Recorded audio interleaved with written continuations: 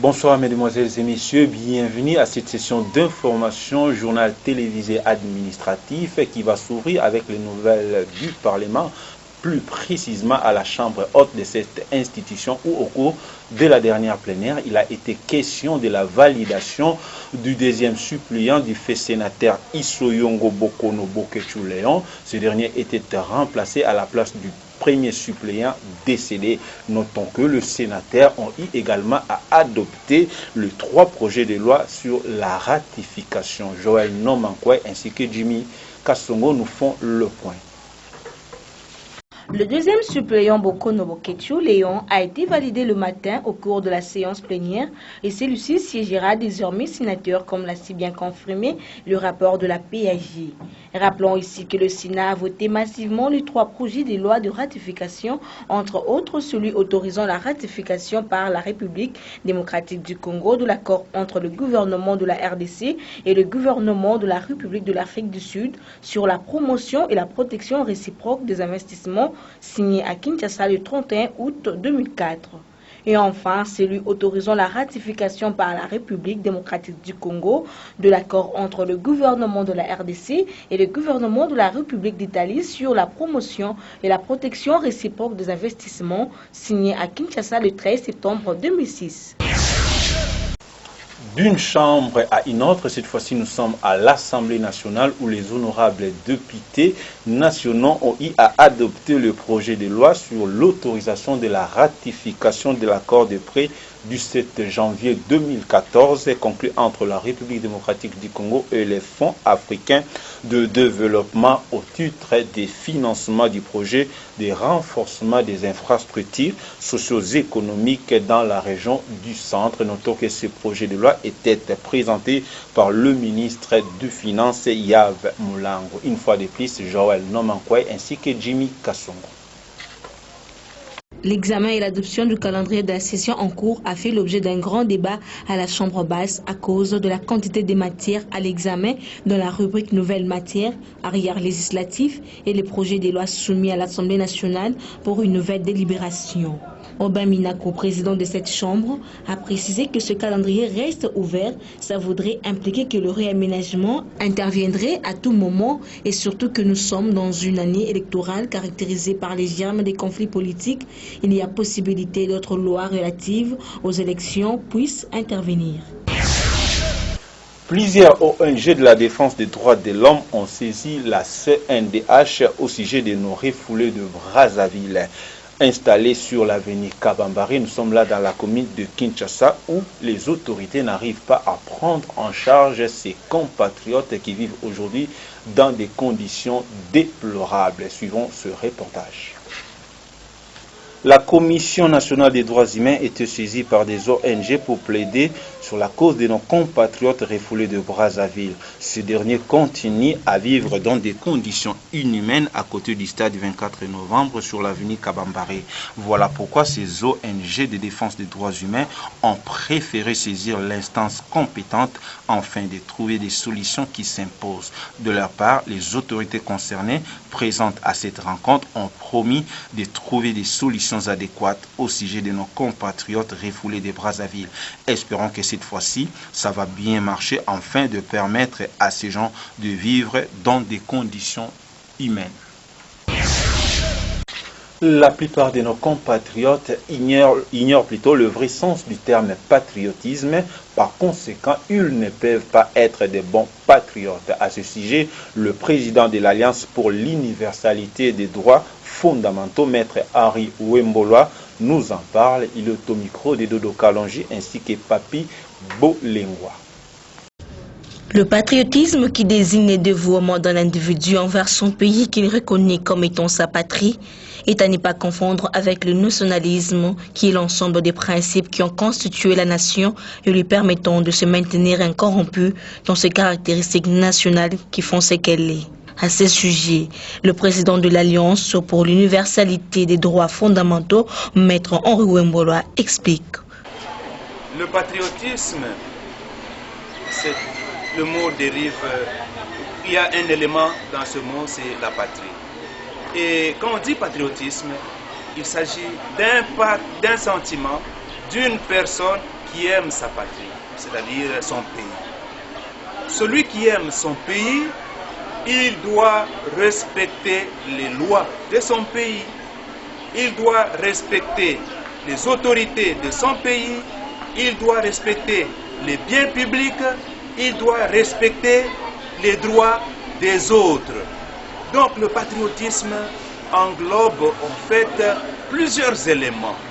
Et on voudrait voir une personne, un citoyen qui a des droits et des devoirs dans sa société et qui se considère comme un responsable qui peut d'une manière ou d'une autre faire contribuer au progrès de son État et pouvoir aussi bénéficier de tous les avantages nécessaires.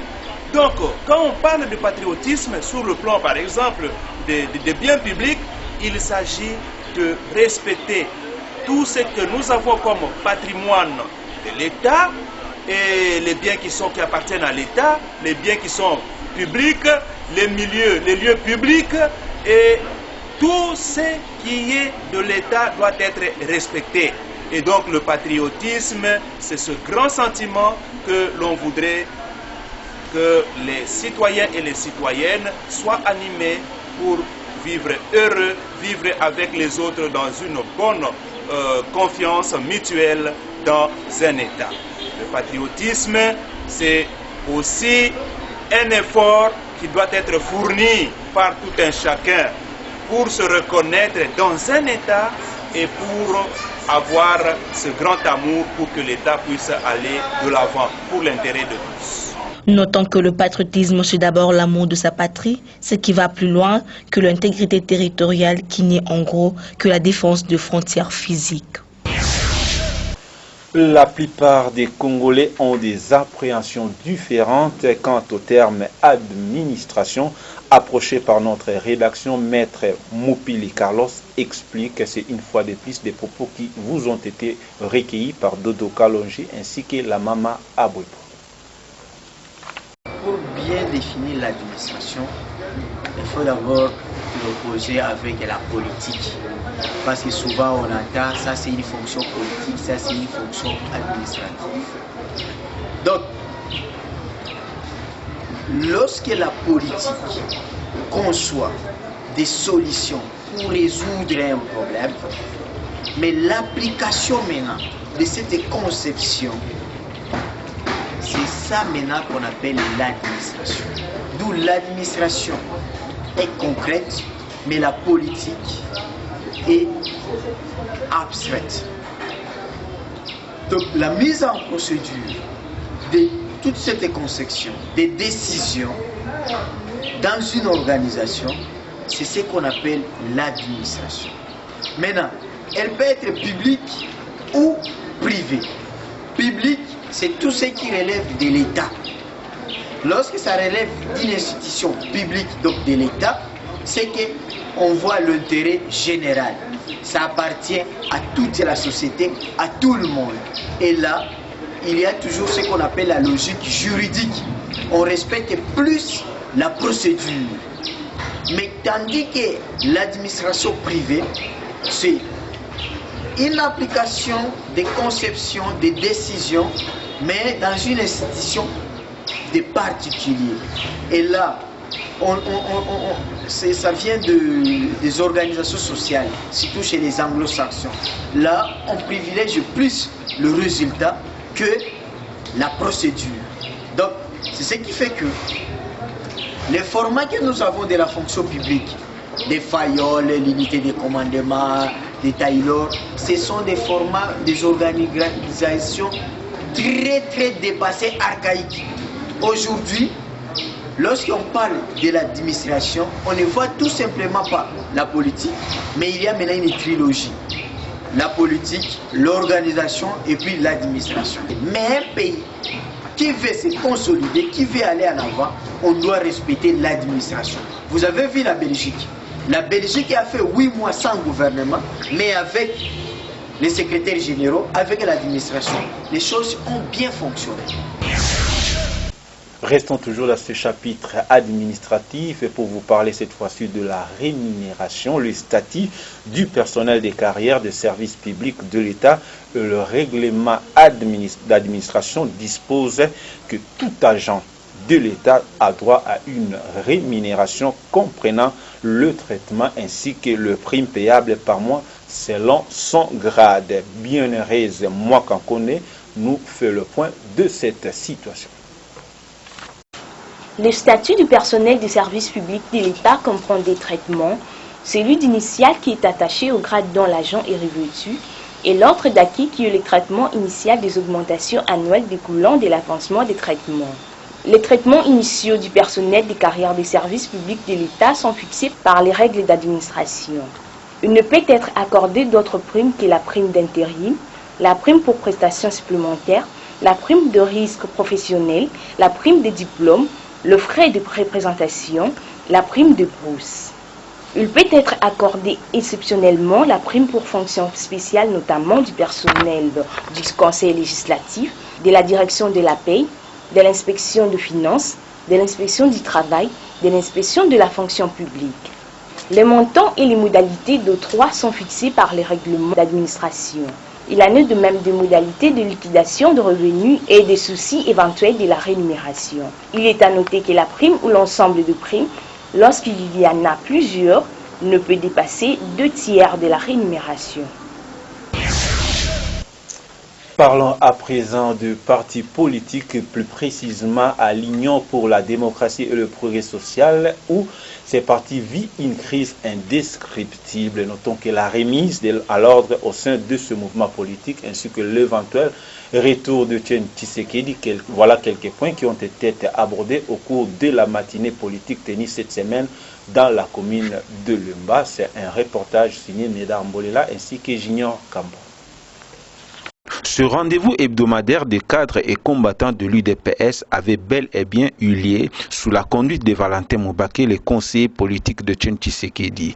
Au cours de cette matinée politique, l'orateur a abordé la question de la crise qui frappe ces partis. À ce sujet, Valentin Moubaké a fait savoir qu'il applique à Etienne Tshisekedi de prendre des mesures qui s'imposent, à savoir la nomination des autres cadres aux différents postes. Cela dans le but de jubiler la crise qui sévit au sein de ce mouvement politique. Le président du parti se prépare à rentrer incessamment au pays parce qu'il a recouvré totalement sa santé. Je dis bien totalement sa santé. Et la première action qu'il envisage de poser, c'est de remettre de l'ordre au sein du parti. Et je ne veux pas lui brûler la politesse pour commencer à vous donner les détails de ce qu'il va faire, mais sachez tout simplement qu'il va mettre de l'ordre au sein du parti. C'est ce qui a été voulu par toute la base de l'UDPS. Vous voyez que l'image de l'UDPS et de son chef ont été ternies inutilement par ceux qui étaient censés défendre ces deux images-là. Et donc, attendons-nous à des changements radicaux, aussitôt que le président du parti sera de retour.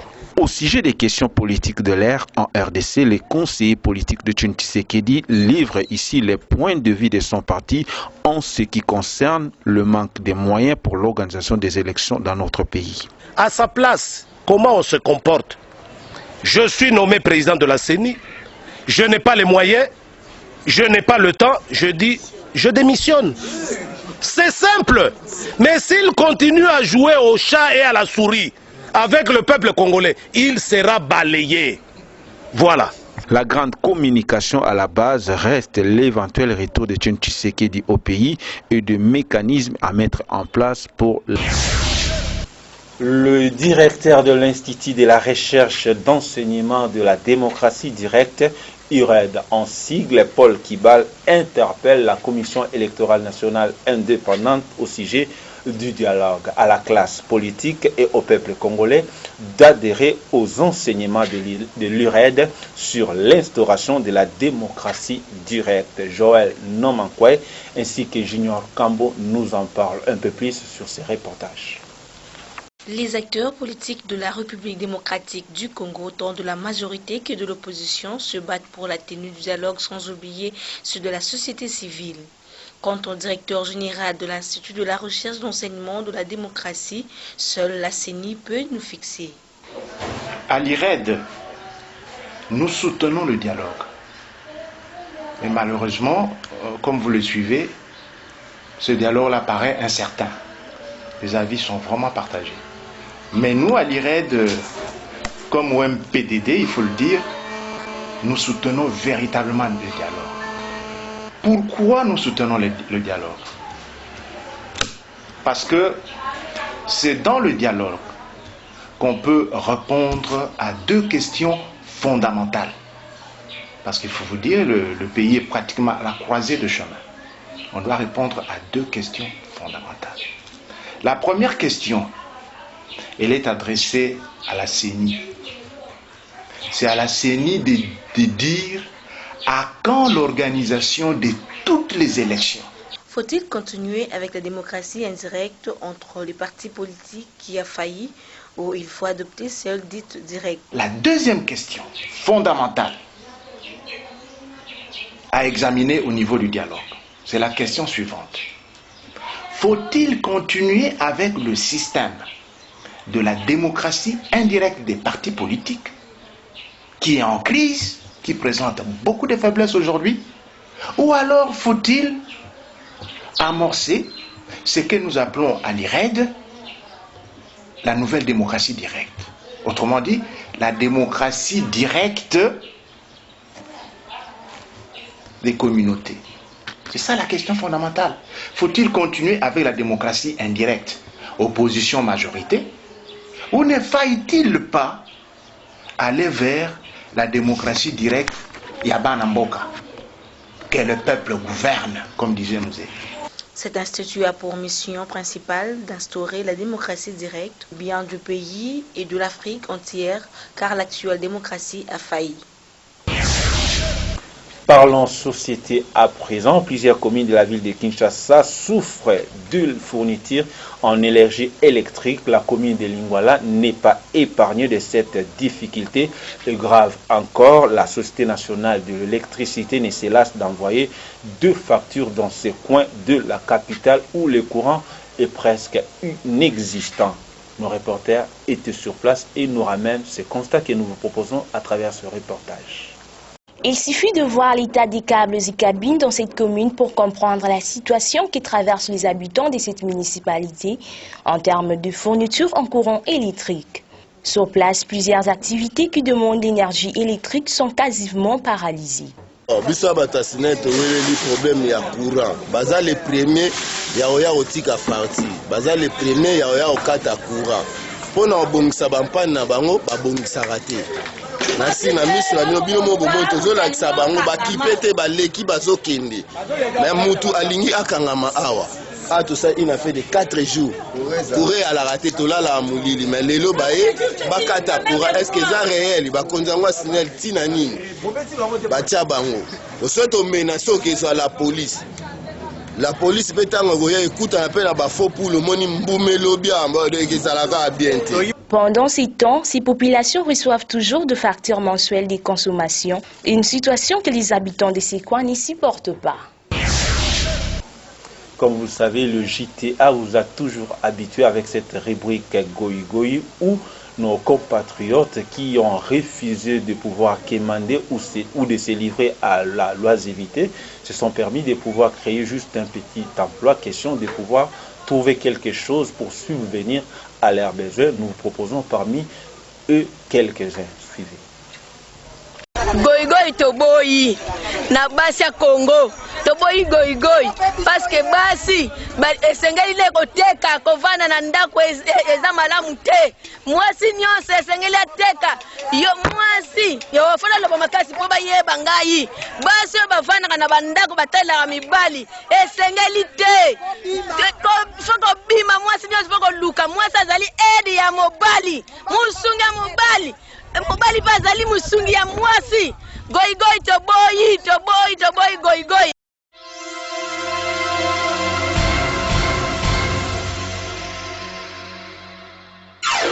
Balobi goyi goyi toboyi biso to encourager ba coopéra babito zalande à l'aise o vanda la palin o luka o sala kikulu na nini biso ba courage luka muta courage Hollandie à l'action zélande ba sala pozo mbongo po sala mabete o saki goigoi te ki goigoi to sala nini to boyi to sengi to sala kimia to sala à l'aise ya mabe to boyi yango so sala po sa o bana ko coopérer que o sala mabete o luka ta masa na to nani et ça m'a bien mais toi pour ça tous en à la kimia tous en à l'aise toi t'es rappelé à l'aise toi t'es à l'aise c'est ma bezala te qui gogo na kata mboka ça nini to boyango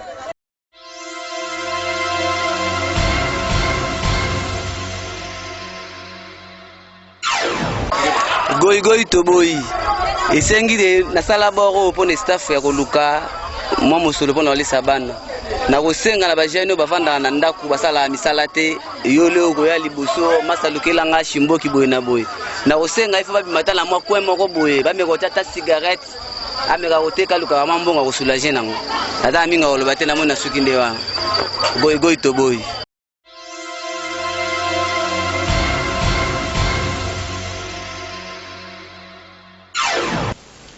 Page africaine à présent où nous allons parler de la sécurité. Rappelons que 4 ministres qui ont en charge de l'intérieur et de sécurité de certains pays africains s'étaient réunis dernièrement à Abidjan pour parler du terrorisme.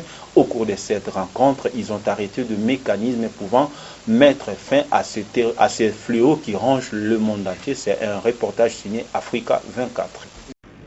En Afrique de l'Ouest, la lutte contre le terrorisme s'intensifie. Les attaques sporadiques et meurtrières ces dernières semaines au Burkina Faso et en Côte d'Ivoire ont fait plusieurs victimes. À Abidjan, ce jeudi 24 mars 2016, une réunion des ministres chargés de la sécurité du Burkina Faso, du Mali, du Sénégal et de la Côte d'Ivoire visait à échanger les expériences sur les questions de terrorisme pour une lutte efficace dans cette région. Il y a déjà eu des rencontres dans nos espaces sous-régionaux qui sont la CEDEAO, l'UEMOA en matière de sécurité. Donc l'échange n'a pas manqué. Mais là, nous venons aller plus loin. Voilà. C'est vrai que nous réduisions tous ces attentats. Maintenant, nous sommes au cœur de l'attentat. Donc la posture n'est pas la même. Donc nous avons souhaité que cette réunion puisse aller beaucoup plus loin dans notre stratégie de réponse globale à cette menace. 9 mesures ont été arrêtées lors de la rencontre d'Abidjan. Il s'agit entre autres de mutualiser les efforts et les relations entre les services de sécurité, d'établir une unité d'action, de collaborer systématiquement entre les services de sécurité et d'instituer un bulletin d'information sur les actes criminels liés au terrorisme. Cette question de lutte contre le terrorisme n'est pas la seule affaire des forces de défense et de sécurité. C'est de toute la population. C'est pourquoi nous interpellons aussi nos populations à nous aider dans le domaine des informations qui sont très importantes. La rencontre des ministres en charge de la sécurité en Côte d'Ivoire prévoit aussi d'accélérer la mise en place de la carte d'identité biométrique dans la sous-région et d'harmoniser les normes de surveillance des frontières. En page internationale, nous allons parler du terrorisme et savoir que le président français François Hollande a eu des entretiens avec l'ancien président israélien. Au cours de cette tête, François Hollande a fait savoir que le réseau de terrorisme sont en voie de disparition en Europe. C'est un élément signé I24. La lutte antiterroriste s'accentue en France et en Belgique. Ce vendredi en début d'après-midi à Schaerbeek, dans la commune bruxelloise, les unités spéciales belges procèdent à une opération d'envergure. Tout le quartier est bouclé. Les policiers pénètrent dans une habitation de Schaerbeek. Plusieurs explosions et des coups de feu sont entendus dans la ville. Les policiers belges arrêtent 3 personnes, dont une blessée légèrement à la jambe lors de l'opération. Une opération policière liée au projet d'attentat déjoué en France. Ce jeudi, Bernard Cazeneuve s'est félicité de l'arrestation d'un homme à son domicile en banlieue parisienne. Reda Criquet, 34 ans, a été arrêté. Selon le ministre de l'Intérieur français, il préparait un attentat. Des fusils d'assaut, des explosifs ou encore des masques et des bidons liquides ont été retrouvés par les policiers français à son domicile. Le président François Hollande affirme que le réseau terroriste des attentats de Paris et Bruxelles est presque anéanti. Aussi bien à Bruxelles qu'à Paris, il y a eu un certain nombre d'arrestations qui ont eu lieu et nous savons qu'il y a d'autres réseaux parce que même si celui qui a commis les attentats de Paris et de Bruxelles est en voie d'être anéanti, et avec un certain nombre de ses membres arrêtés, il y a toujours une menace qui pèse. Le lien est donc désormais établi entre les attentats de Paris et de Bruxelles. Un seul et même groupe de terroristes était derrière ces attaques, mais rien n'est encore terminé. Pour autant, plusieurs personnes sont toujours recherchées par les policiers belges et français. En page internationale, nous allons cette fois-ci parler de la Syrie où son armée vient de réussir un grand coup en récupérant la citadelle de Palmyre, cette ville qui était durant une année entre les mains de islamistes. C'est une fois de plus un reportage signé I24. Depuis près d'un an, la ville était aux mains des djihadistes de l'État islamique. Mais ce vendredi, les militaires l'affirment, la citadelle de Palmyre a été récupérée par l'armée syrienne. Depuis des semaines, Damas tentait de récupérer la cité antique contrôlée depuis le 23 mai 2015 par Daesh. Appuyée par le Hezbollah et Moscou, l'offensive du gouvernement syrien s'est accélérée après les 146 cibles des frappes aériennes de l'armée russe. Des frappes qui ont permis, selon le ministre russe de la Défense, de tuer 4 djihadistes et 8 membres des forces pro-régime en 24 heures de combat. En 10 mois de contrôle, l'État islamique a détruit de nombreux trésors archéologiques de Palmyre. Ce site, vieux de 2000 ans, est classé au patrimoine mondial de l'humanité. Il va être reconstruit sous la supervision de l'UNESCO. Parallèlement, l'Irak tente elle aussi de reprendre le dessus face à Daesh. Le pays a lancé une opération pour récupérer Mossoul, deuxième ville du pays. Sa reprise est considérée comme l'objectif le plus important de la reconquête des territoires perdus en 2014. Mesdames, Messieurs, c'est par ici que s'achève cette session d'information. C'était un réel plaisir pour moi de vous retrouver au cours de cette session. Je vous fixe rendez-vous très prochainement. D'ici là, portez-vous bien chez vous.